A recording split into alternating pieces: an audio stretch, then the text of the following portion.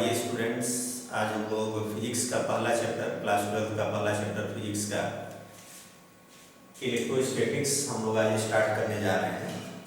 बहुत सारे स्टूडेंट्स की डिमांड थी कि भाई इस समय लॉकडाउन चल रहा है तो आप फिजिक्स के भी चैप्टर स्टार्ट करिए ताकि हम लोग घर बैठ कर के पढ़ाई कर सकें। तो मैथ का तो क्लास चल ही रहा था, साथ में हम फिजिक्स का भी क्लास अब स्टार्ट करने जा रहे हैं। तो जैसा कि आप क्लास अगर रेगुलर कर रहे हो तो आप अगर आपको जो है लेक्चर अच्छा लग रहा हो तो आप वीडियो को जो है लाइक करें, सब्सक्राइब करें और अपने फ्रेंड्स में भी इसको शेयर करेंगे, वो भी ज़्यादा से ज़्यादा इसका फ़ायदा उठा सकें। तो ये देखिए चैप्टर का नाम क्या है, इलेक्ट्रोस्टैटिक्स। स्टैटिक्स का मतलब क्या होता है, रेस्ट, रुका हुआ। मतलब क्या हुआ कि इस चैप्टर में हम लोग चार्ज पार्टिकल्स की बात करेंगे, लेकिन उन चार्ज पार्टिकल्स की जो रेस्ट में होंगे। तो रेस्ट में जैसे दो चार्ज पार्टिकल हैं या फिर एक सिंगल चार्ज पार्टिकल है, तो सिंगल चार्ज पार्टिकल के अराउंड इलेक्ट्रिक फील्ड क्या होता है। दो चार्ज पार्टिकल या दो से ज़्यादा चार्ज पार्टिकल्स रेस्ट में एक दूसरे के नियर बाई रखे हैं तो ये एक दूसरे पर कितना फोर्स अप्लाई करेंगे, इसकी वजह से इसमें कितना एक्सीलरेशन जनरेट होगा। मतलब कहने का मतलब ये होगा कि इसमें जो भी बातें हम लोगों की होंगी वो रेस्ट में जो चार्ज पार्टिकल्स होंगे उन्हीं की बात होगी, मोशन वाले चार्ज पार्टिकल्स की बात नहीं होगी। तो सबसे पहले हम लोग स्टार्ट करते हैं इलेक्ट्रोस्टैटिक्स। तो इसकी स्टार्टिंग कहाँ से हुई, कैसे इसके बारे में आइडिया, चार्ज वगैरह के बारे में आइडिया कहाँ से आया। तो आप देखे होंगे जनरली अगर हम लोग जैसे अपने हेयर में, अपने बालों में अगर हम लोग कॉम्ब करें, कंघी अगर करते हैं और बाल में आपके आयल ना लगा हो, मतलब ड्राई आपका जो है हेयर होना चाहिए, तो इसमें जब आप कॉम्ब करते हैं, जब आप कंघी करते हैं तो कंघी करने के बाद जब आप उस कॉम्ब को अपने हेयर के नज़दीक अगर आप लाओ तो देखोगे कि वो कॉम्ब जो है हमारे हेयर को अट्रैक्ट करता है। इसी तरह से जैसे अगर आप मान लीजिए कभी आप टेलीविज़न को ऑन किए हुए हैं और टेलीविज़न जैसे अभी चल रहा हो, उसमें आप जैसे कोई सीरियल वगैरह देखे हो कुछ हो, तो आप अगर कभी उस टेलीविज़न की स्क्रीन के नियर जाइए तो आप जैसे आप देखोगे आपके जो स्किन पर जो हेयर हैं या जो आपके जो बाल जो है, जो हेयर है, उसको आप देखोगे स्क्रीन अट्रैक्ट करता है। इसी तरह से कुछ प्रैक्टिकली कुछ चीज़ें आप देखोगे कि जैसे अगर आप जो है ग्लास रॉड लीजिए, ग्लास रॉड को सिल्क थ्रेड से रब करिए या फिर आप जो है प्लास्टिक का रॉड लीजिए और उसको सिल्क थ्रेड से रब करिए।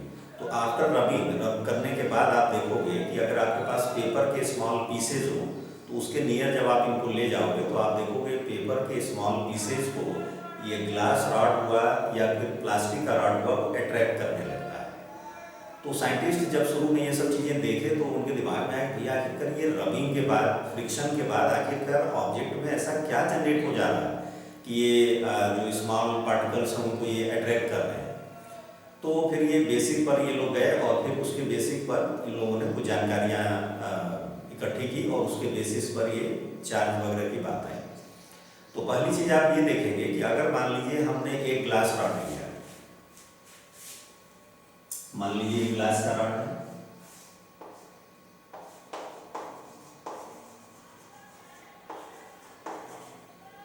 दूसरा हमने मान लीजिए प्लास्टिक रॉड लिया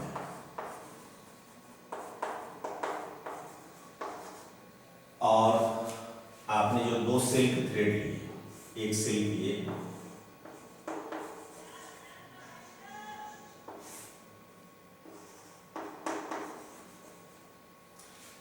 इस ग्लास रॉड को इस सिल्क थ्रेड से रब करिए आप, उसके बाद इस प्लास्टिक रॉड को इस सिल्क थ्रेड से रब करिए।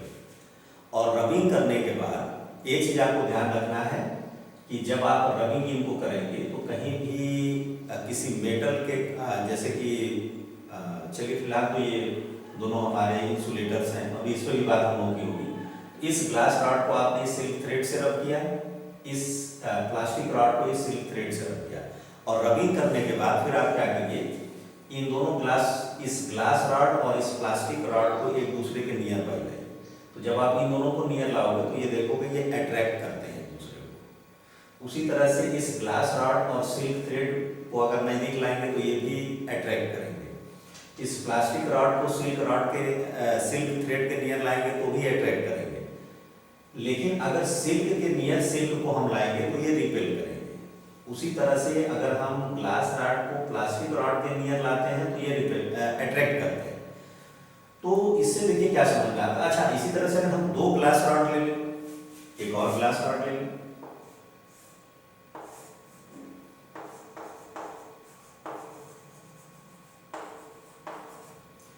और एक और सिल्क थ्रेड ले लें,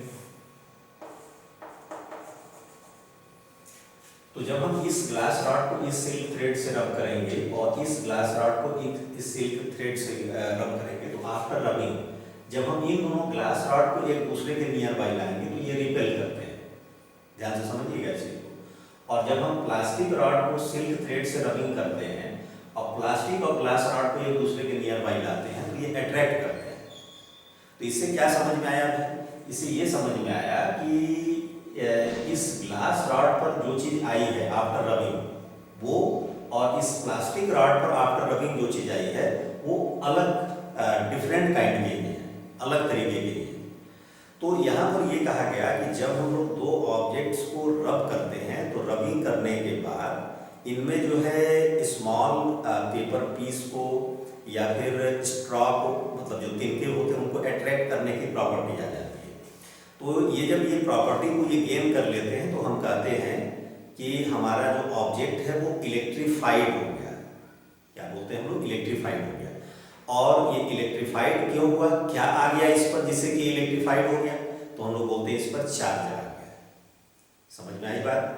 जब से हमने दो ऑब्जेक्ट्स को रब की, आफ्टर रबिंग इन पर क्या हुआ, इनमें स्मॉल पेपर पीस को, स्मॉल स्ट्रॉज को अट्रैक्ट करने की प्रॉपर्टी आ गई। तो पूछा गया भाई ये जो प्रॉपर्टी आ गया इसको क्या कहें? तो हमने कहा कि भाई ये ऑब्जेक्ट इलेक्ट्रीफाइड हो गया। इलेक्ट्रीफाइड क्यों हुआ? क्योंकि इस पर चार्ज आ गया। तो कहने का मतलब चार्ज इस पर भी आया, चार्ज इस पर भी आया और चार्ज ये सिल्क थ्रेड पर भी आया। तो ये जो ग्लास रॉड पर जब ये चार्ज आया और जो प्लास्टिक रॉड पर जो चार्ज आया, ये डेफिनेटली ये अलग मतलब डिफरेंट टाइप के चार्ज है। क्योंकि आप देख लो ग्लास रॉड के नियर जब ग्लास रॉड को ला रहे हैं तो रिपेल कर रहे हैं, मतलब इन दोनों के चार्ज तो सिमिलर है, लेकिन इन दोनों के चार्ज क्या है? डिसिमिलर है। तो अब जो है शुरू में मानना था, आप जानते हो कि जब भी दो अपोजिट चीजें मानी जाती है तो हम लोग एक को पॉजिटिव मानते हैं और एक को क्या मानते हैं? नेगेटिव। तो उस समय लोगों ने क्या किया कि ग्लास रॉड पर जो चार्ज आया था इसको इन लोगों ने मान लिया पॉजिटिव चार्ज, ये माना गया था, ध्यान रखिएगा, इसका कोई उस समय प्रूफ नहीं था। और प्लास्टिक रॉड पर जो चार्ज आया इसको इन लोगों ने मान लिया ये नेगेटिव चार्ज है। तो इसको इन लोगों ने पॉजिटिव चार्ज माना और इसको क्या मान लिया? Negative charge. अब क्या था कि भाई इसका मतलब इस पर भी पॉजिटिव चार्ज है। तो हमने जब जो है ग्लास रॉड के नियर ग्लास रॉड को लाया तो रिपेल कर रहा है, और जब ग्लास के नियर प्लास्टिक रॉड को लाया तो ये अट्रैक्ट कर रहा है। तो इससे क्या समझ में आया? इससे हमको ये समझ में आया कि लाइक चार्जेस के बीच रिपल्शन होता है और अनलाइक चार्जेस के बीच क्या होता है? अट्रैक्शन होता है।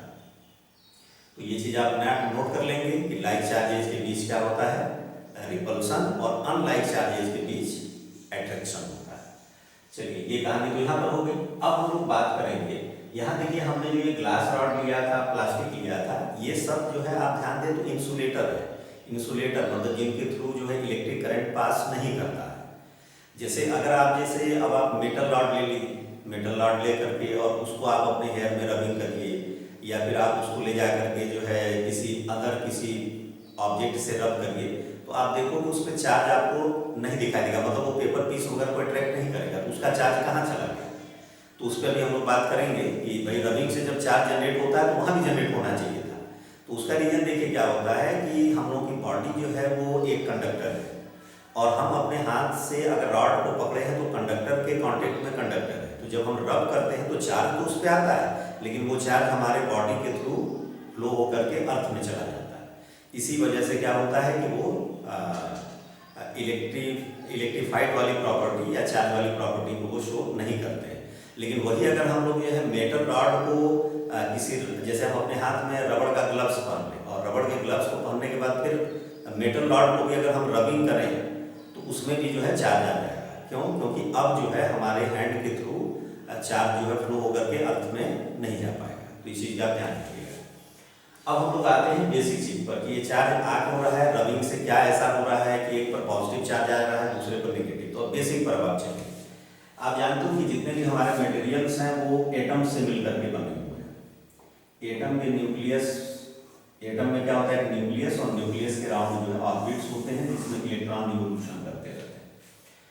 न्यूक्लियस में आप जानते हो कि न्यूक्लियस में प्रोटॉन और न्यूट्रॉन होते हैं। इसके अराउंड जो ऑर्बिट्स हैं इसमें इलेक्ट्रॉन रिवोल्यूशन करते रहते हैं।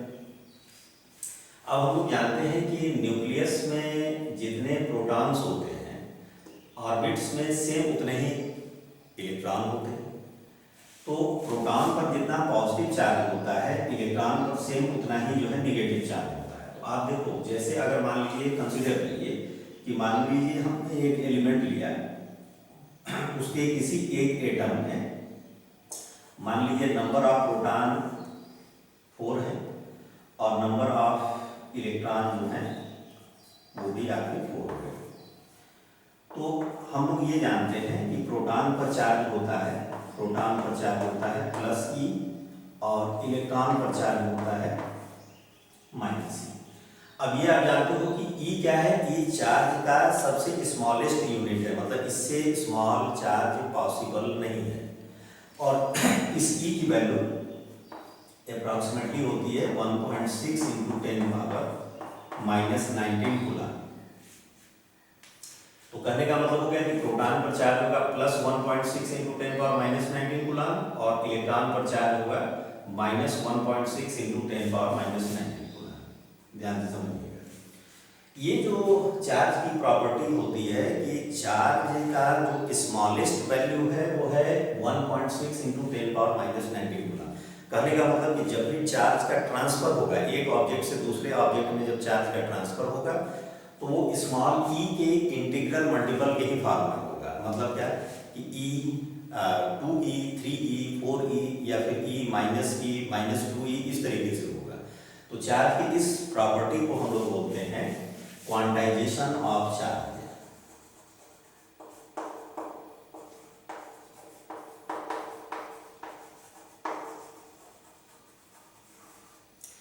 क्वांटाइजेशन ऑफ चार्ज क्या हुआ कि जब भी एक ऑब्जेक्ट से दूसरे ऑब्जेक्ट में चार्ज का ट्रांसफर होगा तो वो स्मॉल ई के इंटीग्रल मल्टीपल के फॉर्म में होगा। मतलब Q equal to NE where N belongs to Z।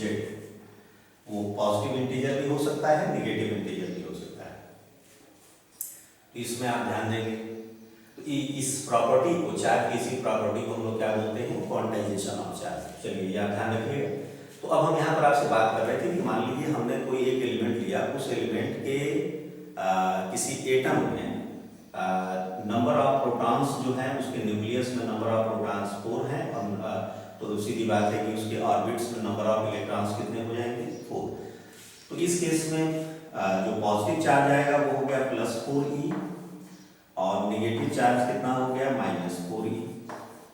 इन दोनों का अगर हम लोग सम करें तो टोटल नेट चार्ज हमारा कितना हो गया, नेट चार्ज हो गया 0। तो किसी भी एटम पर नेट चार्ज कितना होता है, 0 होता है। एटम से बना मॉलिक्यूल, तो मॉलिक्यूल पर भी नेट चार्ज 0 हो गया, और मॉलिक्यूल से आपका मटेरियल बना तो मटेरियल पर भी नेट चार्ज 0 हो गया। तो इसीलिए हम लोग अपने सराउंडिंग में, अपने नेचर में जो भी हम लोग को मटेरियल मिलता है उस मटेरियल पर नेट चार्ज क्या होता है, 0 होता है। अब मान लीजिए कि हमने दो ऑब्जेक्ट्स लिए, कोई भी दो मटेरियल, कोई भी दो ऑब्जेक्ट लिया और उनकी हम रबिंग कर रहे हैं। तो जैसे हमने एक आपको दिखाया, एक मटेरियल मेरे पास मान लीजिए ये मटेरियल ए और दूसरा यहाँ पर मटेरियल है बी। इस मटेरियल में मान लीजिए एग्जाम्पल हम दे रहे हैं आपको, मान लीजिए इसमें 50 इलेक्ट्रॉन है और 50 प्रोटॉन है, ठीक है। तो इसका नेट चार्ज क्या हो गया, 0। इस पे मान लीजिए 100 इलेक्ट्रॉन है और इस पे 100 जो है प्रोटॉन है इसके पास, ठीक है। अब हमने अब नेट चार्ज देखिए, इसका भी नेट चार्ज 0 है, इसका भी नेट चार्ज 0 है। मतलब बिफोर रबिंग नेट चार्ज 0 और आफ्टर रबिंग की हम बात। अब मान लीजिए हमने ऑब्जेक्ट ए और ऑब्जेक्ट बी को रब किया, तो रबिंग करने से क्या होगा कि एक ऑब्जेक्ट से कुछ इलेक्ट्रॉन निकल करके दूसरे ऑब्जेक्ट पर चले जाएंगे। तो अब मान लीजिए कि हमने इनको रब किया, ये मान लीजिए हमारा ए है और ये है। तो जब हमने दोनों की रबिंग की तो आफ्टर रबिंग क्या हुआ, सपोज देखिए एक चीज ध्यान रखिएगा कि जो ट्रांसफर होता है, देखिए न्यूक्लियस के अंदर ये प्रोटॉन और न्यूट्रॉन होते हैं। 11th क्लास में आपने पढ़ा होगा कि न्यूक्लियस के अंदर प्रोटॉन और न्यूट्रॉन को बाइंड करने वाला एक बहुत ही मतलब हमारे नेचर के सबसे स्ट्रॉन्गेस्ट फोर्स होता है, जिसको हम लोग बोलते हैं न्यूक्लियर फोर्स। और ये न्यूक्लियर फोर्स जो है ये प्रोटॉन्स न्यूट्रॉन्स को, जिनको हम लोग न्यूक्लियॉन्स भी बोलते हैं, इनको जो है बाइंड करके रखता है। तो इन प्रोटॉन न्यूट्रॉन को न्यूक्लियस से निकाल पाना इतना आसान नहीं होता है। तो जब भी ट्रांसफर होता है, जो लेन देन होता है, वो हमेशा इलेक्ट्रॉन का ही होता है। इलेक्ट्रॉन एक से दूसरे पर जाएगा या दूसरे से पहले पर आएगा, ये ध्यान रखिएगा। मान लीजिए ए और बी को हमने रब किया, तो रबिंग करने से ऑब्जेक्ट ए से कुछ इलेक्ट्रॉन निकल करके बी पर चले गए। तो मान लीजिए ऑब्जेक्ट ए से कंसीडर, एक सपोज करते हैं हम लोग, ऑब्जेक्ट ए से मान लीजिए 10 इलेक्ट्रॉन निकल करके बी पर चले गए। 10 इलेक्ट्रॉन यहाँ से निकले बी पर चले गए। तो ए से जब 10 इलेक्ट्रॉन बी पर चले जाएंगे तो देखिए इस पे इलेक्ट्रॉन कितने बचे यहाँ पर, यहाँ बचे 40 इलेक्ट्रॉन, और यहाँ प्रोटॉन कितने हैं तो 50 प्रोटॉन। यहाँ से 10 इलेक्ट्रॉन इसमें आकर के ऐड हो गए, तो इस पर इलेक्ट्रॉन कितने हो गए 110, और प्रोटॉन तो भाई जितने थे उतने ही रहे। तो अब देखिए, अब आपसे पूछा जाए कि इस पर नेट चार्ज कितना है, तो नेट चार्ज देखिए अभी यहाँ पर क्या था, before rubbing net charge on A 0 था और नेट चार्ज ऑन बी भी 0 ही था। अब यहाँ पर अगर आप आते हो तो अब देखो ए पर नेट चार्ज कितना हो जाएगा, ए पर नेट चार्ज हो गया -40E + 50E, मतलब ये आ गया +10E। इस पर बी पर देखो नेट चार्ज कितना आ गया, बी पर नेट चार्ज हो गया -110E और +100। तो इस तरह से ये आ गया आपका -10E। तो क्या आपको समझ में आया कि जब हमने ऑब्जेक्ट ए और ऑब्जेक्ट बी की रबिंग की, और रबिंग करने से ऑब्जेक्ट ए से ऑब्जेक्ट बी पर अगर 10 इलेक्ट्रॉन ट्रांसफर हो गए, तो ए पर नेट चार्ज आ गया +10E और बी पर नेट चार्ज आ गया -10E। कहने का मतलब क्या कि जिस ऑब्जेक्ट से इलेक्ट्रॉन निकलेंगे, एमिट होंगे, उस पर जो है पॉजिटिव चार्ज आ जाएगा, और जिस पर इलेक्ट्रॉन पहुंचेंगे उस पर जो है निगेटिव चार्ज आ जाएगा। ये देख रहे हैं। लेकिन आफ्टर ट्रांसफरिंग, जैसे बिफोर ट्रांसफरिंग अगर इन दोनों का नेट चार्ज आप निकालिए QA + QB, इसको मान लीजिए QA डैश कर देते हैं, इसको QB डैश। तो देखिए बिफोर रबिंग QA + QB, ये है आपका देखिए 0। After rubbing QA dash + QB dash, ये हमने निकाला तो ये हो गया 10E - 10E, ये आ गया 0। देख रहे हैं, मतलब टोटल जो नेट चार्ज है बिफोर रबिंग और आफ्टर रबिंग सेम उतना ही रहेगा। This is called law of conservation of charge. मतलब चार्ज को न तो हम क्रिएट कर सकते हैं, डिस्ट्रॉय कर सकते हैं। मतलब चार्ज केवल एक से दूसरे पर ट्रांसफर होता है, ये ध्यान रखिएगा। एक पर जितना पॉजिटिव चार्ज जनरेट होगा, दूसरे पर उतना ही निगेटिव चार्ज। लेकिन जो नेट चार्ज होगा वो बिफोर रबिंग और आफ्टर रबिंग सेम रहेगा। तो इसको बोलते हैं law of conservation of charge, इसको भी ध्यान रखिएगा। तो अब देखिए इसको हम लोग एक फार्मूले का फॉर्म देंगे। मतलब यहाँ क्या होगा कि जैसे आपको ये समझ में आया कि अगर ऑब्जेक्ट ए से ऑब्जेक्ट बी पर 10 इलेक्ट्रॉन ट्रांसफर हो गए, तो ए पर चार्ज आ गया +10E और बी पर चला गया, बी पर जो चार्ज आया -10E। तो सीधी बात है कि अगर ए से बी पर अगर n इलेक्ट्रॉन ट्रांसफर हुए होते, ऑब्जेक्ट ए से ऑब्जेक्ट बी पर कितने इलेक्ट्रॉन ट्रांसफर होते n, तो उस केस में देखिए ए पर चार्ज आया होता +NE और बी पर चार्ज आया होता -E। तो इस तरीके से आप ये फार्मूला याद रखिए कि अगर किसी ऑब्जेक्ट से n इलेक्ट्रॉन अगर एमिट हो गए तो उस पर चार्ज आ जाएगा +NE, और दूसरे पर n इलेक्ट्रॉन अगर पहुंच गए तो उस पर चार्ज आ गया -NE। ये आपको याद रखना है। नेक्स्ट हम लोग आगे बढ़ते हैं।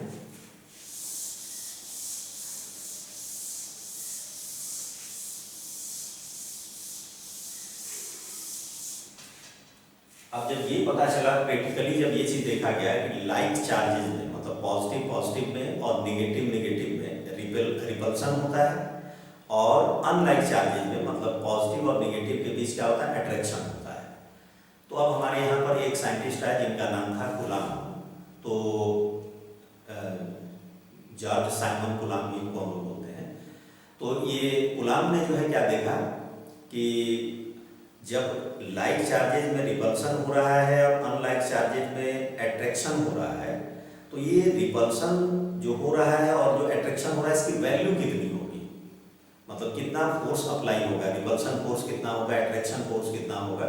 तो इसके लिए इन्होंने प्रैक्टिकल किया और प्रैक्टिकली इन्होंने एक लॉ दिया इलेक्ट्रोस्टैटिक फोर्स का, जिसको हम लोग बोलते हैं कूलम्ब्स लॉ।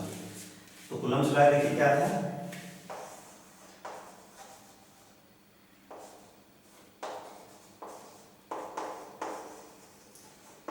मान लीजिए कि हमारे पास दो चार्ज हैं, एक चार्ज है हमारा Q1 और दूसरा चार्ज है मान लीजिए Q2। अगर मान लीजिए दोनों पॉजिटिव चार्ज हैं तो इनके बीच रिपल्सन फोर्स होगा। तो ये चार्ज इस चार्ज पर एक फोर्स अप्लाई करेगा, ये होगा फोर्स ऑन Q2/Q1, और Q2 जो है Q1 पर एक फोर्स अप्लाई करेगा, जिसको हम लोग बोलेंगे फोर्स ऑन Q1/Q2, इस तरीके से। और मान लीजिए इन दोनों के बीच का डिस्टेंस r है। तो according to Newton's third law, action reaction वाला जो लॉ है, आपको याद होगा कि ये दोनों फोर्स मैग्नीट्यूड में तो सेम होंगे और डायरेक्शन में क्या है, अपोजिट है। तो मैग्नीट्यूड ऑफ फोर्स, ध्यान रखिएगा, magnitude of force between two charges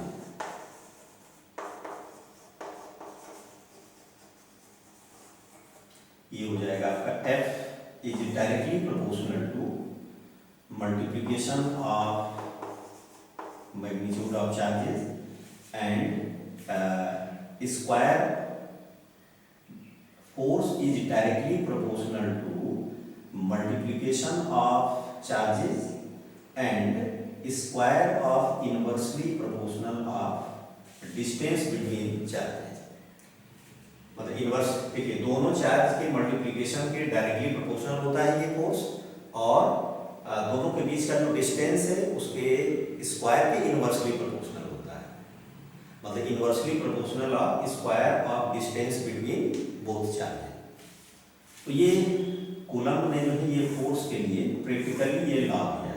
ये फोर्स का देखिए मैग्नीट्यूड है, ध्यान रखिएगा, अभी हम लोग वेक्टर फॉर्म भी इसका देखेंगे। अब जब ये हम लोग यहाँ से प्रोपोर्शनल का साइन हटाते हैं तो यहाँ एक कांस्टेंट यूज होता है कि Q1 × Q2/r²। यहाँ K जो है एक कांस्टेंट है। इस कांस्टेंट की जो वैल्यू होती है, देखिए किन किन बातों पर डिपेंड करती है। इस कांस्टेंट की value units of force, charge and distance, इनके यूनिट पर डिपेंड करता है। साथ ही साथ दोनों चार्जेस के बीच के मीडियम पर भी डिपेंड करता है, ये आप ध्यान रखिएगा।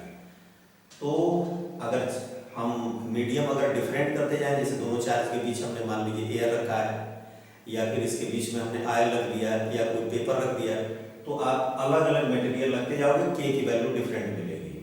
और अगर मान लीजिए हम क्या करते हैं यहाँ पर कि सभी यूनिट्स हम सीजीएस में, एक भी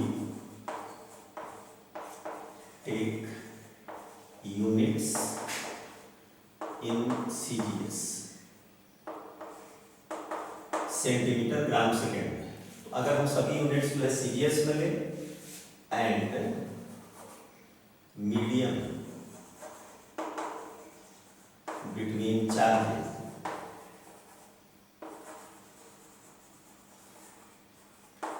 इज एयर और वैक्यूम, अगर हम दोनों चार्जेस के बीच का मीडियम जो है वो या तो एयर ले लें या फिर वैक्यूम ले लें, तो उस केस में K की वैल्यू हो जाती है 1, और इस केस में आपका फोर्स हो जाएगा F = Q1 Q2/r²। और अगर हम मान लीजिए अब यूनिट चेंज कर रहे हैं, if we take units in SI system में अगर हम यूनिट्स लें और एंड मीडियम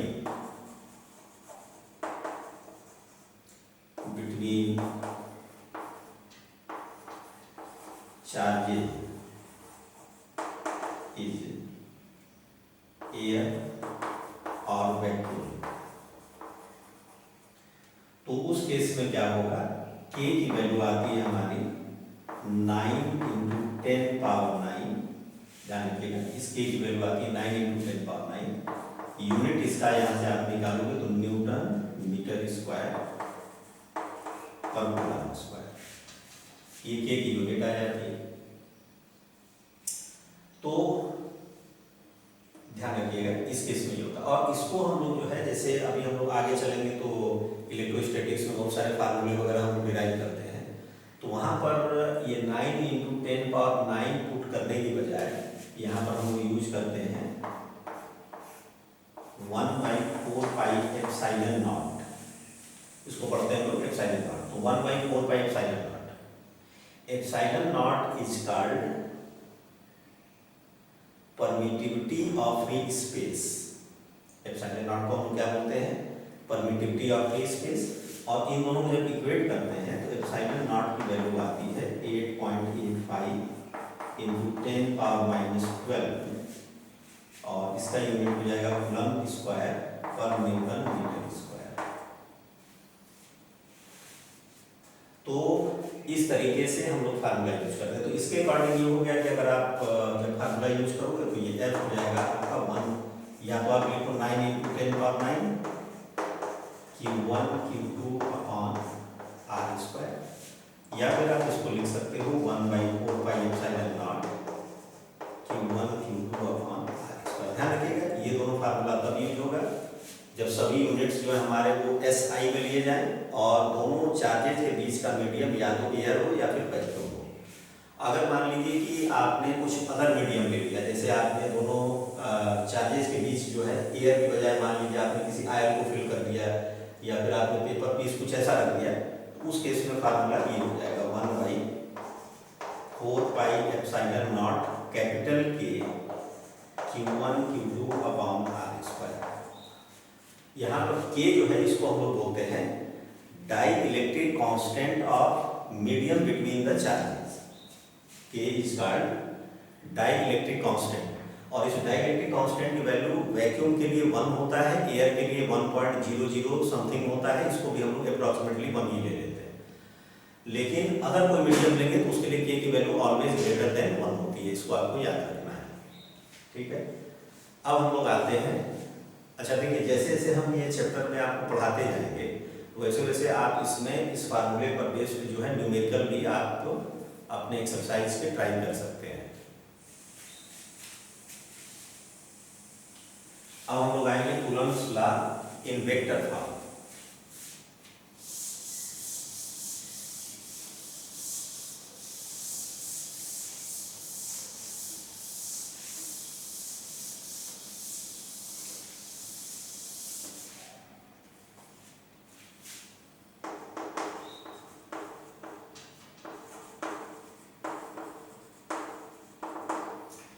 वेक्टर फॉर्म में कूलम्स लॉ क्या है, अब इस पे हम लोग ध्यान दें। इसके लिए थोड़ा सा आप जो है 11th क्लास में जो हम लोगों ने वेक्टर पढ़ा था उसका कुछ आप नोट कर लें जो यूज होगा अक्सर। वहां पर हम लोगों ने यूज किया था पोजीशन वेक्टर। पोजीशन वेक्टर क्या होता है, जैसे मान लीजिए आप 3D में हो या फिर 2D में हो, तो किसी कार्टेशियन प्लेन में अगर मान लीजिए आपने एक कोई पॉइंट लिया, तो किसी पॉइंट के पोजीशन को ओरिजिन के रिस्पेक्ट में रिप्रेजेंट करने वाला जो वेक्टर होता है, जैसे हमारा पॉइंट P है और ये मान लीजिए ओरिजिन है, तो ओरिजिन के रिस्पेक्ट में पॉइंट P के पोजीशन को रिप्रेजेंट करने वाला जो वेक्टर होता है, इसको हम लोग पॉइंट P का ओरिजिन के रिस्पेक्ट में पोजीशन वेक्टर करते हैं, ठीक है। अब इसका यूज देखिए हम लोग यहाँ पर करते हैं। मान लीजिए हमारे पास दो पॉइंट है, एक पॉइंट मान लीजिए A है और दूसरा पॉइंट B है। A का पोजीशन वेक्टर है मान लीजिए R1 और B का पोजीशन वेक्टर है मान लीजिए R2। हमको ये डिस्प्लेसमेंट वेक्टर चाहिए, मतलब इन दोनों के बीच का जो वेक्टर होगा वो क्या होगा, इसकी वैल्यू चाहिए। तो आप ध्यान से देखिए, अगर आप तो वेक्टर सम का ट्रायंगल अप्लाई करें तो vector OA plus vector AB equal to हो जाएगा वेक्टर ओ बी। तो यहाँ से अगर हम वेक्टर ए बी की वैल्यू निकालें तो वेक्टर ए बी की वैल्यू आ जाती है vector O B minus vector O B. ये हो गया आपका देखिए vector R two minus vector. इसको आपको याद कैसे रखना है, देखिए याद इस तरह से रखना है कि vector A B equal to हो गया position vector of B minus position vector of A, मतलब बाद वाले के पोजीशन वेक्टर में से पहले वाले के पोजीशन वेक्टर को सबट्रैक्ट करते हैं। अब जब हम लोग Coulomb's law in vector form में लिखेंगे तो देखिए यहाँ पर कैसे ये यूज करेंगे। यहाँ पर जैसे चार्ज Q1 रखा होगा और यहाँ पर चार्ज Q2 रखा होगा, ध्यान से समझिए। तो ये लोग चार्ज Q1 से चार्ज Q2 की तरफ जो वेक्टर होगा उसको ये लोग रिप्रेजेंट करेंगे वेक्टर R1, ऐसे लिखेगा। ए बी है ना, इसको ये ऐसे लिखेंगे R1, मतलब displacement vector along charge Q1 to charge Q2। तो इसकी वैल्यू हो गई आपकी vector R2 minus vector R1। अब मान लीजिए इसका यूनिट वेक्टर निकालना है, तो ये भी 11th क्लास में आपने पढ़ा था कि किसी भी वेक्टर का यूनिट वेक्टर कैसे निकलता है। हम उस वेक्टर में उसके मैग्नीट्यूड से डिवाइड कर देते हैं, उसका यूनिट वेक्टर आ जाता है। मान लीजिए इन दोनों के बीच का डिस्टेंस हमारा R है, दोनों चार्ज जो आपने रखा है इनके बीच का डिस्टेंस क्या है, R। अब हम अगर लिखते हैं कि force on Q2 by Q1, तो ये हो गया, और force on Q1 by Q2 तो ये हो जाएगा। ध्यान से देखिएगा, बहुत सिंपल वे में आएगा। अब हम इसका यूज करने जा रहे हैं, तो इसका यूनिट वेक्टर अगर हम निकालेंगे, unit vector from charge Q1 to Q2, ये हो जाएगा vector R12 upon mod of, मतलब मैग्नीट्यूड ऑफ दिस। तो ये देखिए इसकी वैल्यू तो ये हो गई vector R2 minus vector R1 upon, अब इन दोनों के बीच का डिस्टेंस क्या है R, तो ये हो गया। ध्यान समझिएगा, बहुत सिंपल वैल्यू देखिएगा। अब मान लीजिए हम लिखने जा रहे हैं, तो force on charge Q2 by Q1, इसको हम लोग ऐसे लिखेंगे force on charge Q2 by Q1। तो देखिए कूलम्ब्स लॉ अप्लाई करिए 1/4 पाई एप्सिलॉन नॉट। पहले तो मैग्नीट्यूड लिख लेंगे और मैग्नीट्यूड लिखने के बाद उसमें यूनिट वेक्टर से मल्टीप्लाई कर देखिए। अब यही अगर क्रॉस मल्टीप्लाई करते हैं तो देखिए आपको क्या मिलेगा, वेक्टर ए इक्वल टू मिल जाएगा मॉड वेक्टर ए इंटू ए है। कहने का मतलब क्या हुआ कि अगर हमारे पास किसी वेक्टर का मैग्नीट्यूड हमको पता हो और उस वेक्टर के डायरेक्शन में यूनिट वेक्टर पता हो, दोनों का मल्टीप्लाई कर दीजिए तो वेक्टर मिल जाता है। तो यहाँ पर देखिए force on Q2 by Q1, तो सबसे पहले हम लोग इस फोर्स का मैग्नीट्यूड लिखेंगे। तो मैग्नीट्यूड अभी आपने देखा था 1/4 pi epsilon naught Q1 Q2 by R²। हाँ, ये ध्यान रखिएगा जब भी आप कूलम्ब्स लॉ अप्लाई करिएगा तो मैग्नीट्यूड लिखते समय जो चार्ज है उनके साइन नहीं लिखते हैं, चाहे प्लस हो दोनों या चाहे माइनस हो या एक प्लस या माइनस हो, आप हमेशा क्या करेंगे केवल पॉजिटिव वैल्यू ही उसका लेंगे। केवल ये होगा कि जैसे दोनों अगर पॉजिटिव हैं तो भी रिपेल करेंगे, दोनों नेगेटिव हैं तो भी रिपेल करेंगे, एक पॉजिटिव एक नेगेटिव है तो दोनों अट्रैक्ट करेंगे। तो ये हो जाएगा और इसमें आप यूनिट वेक्टर से मल्टीप्लाई करेंगे। तो इसका डायरेक्शन देखो क्या है, इस डायरेक्शन में फ्रॉम Q1 टू Q2। तो ये आपका हो गया R12 यूनिट वेक्टर। अब इसकी वैल्यू आप ये पुट कर दो, देखिए क्या है, ये हो गया 1/4 pi epsilon naught Q1 Q2 by R² multiply by vector R2 minus vector R1 by R। तो इसको आप ये भी लिख सकते हो 1/4 pi epsilon naught Q1 Q2 by R³ into vector R2 minus vector R। ये भी हो गया, ये तो ये तो आ गया force on to charge Q2 by Q1। अब देखिए अगर हम चाहें तो अब force on Q1 by Q2 इसी के बेसिस पे लिखते हैं according to Newton's third law. जितना फोर्स चार्ज ए ने चार्ज Q1 ने Q2 पर अप्लाई किया, सेम उतना ही फोर्स Q2 भी Q1 पर अपोजिट डायरेक्शन में अप्लाई करेगा। तो सिमिलरली